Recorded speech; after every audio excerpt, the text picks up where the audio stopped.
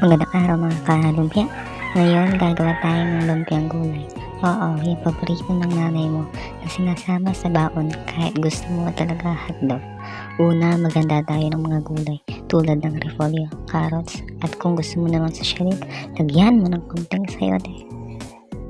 Magaya tayo ng sibuyas at bawang dahil isasama natin itong mamaya sa lulutuin nating lumpiang gulay. Pagtapos ng pag-iwa-hiwalayin natin ang lumpia wrapper tulad ng ex mo na sa huli ay iniwan ka rin. Igisa natin yan, bawang muna tapos sibuyas, tapos gulay. Halu-haluin parang problema sa buhay pero masarap ang ending. Haluin ang haluin habang hindi pa naluluto. Huwag kayong magmadali kaya iniwan kayo ng ex nyo eh.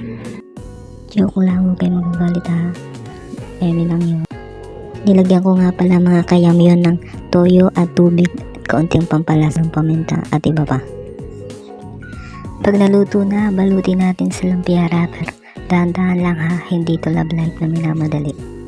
Balutin natin hanggang sa matapos, huwag tayo susuko, ha ha ha ha.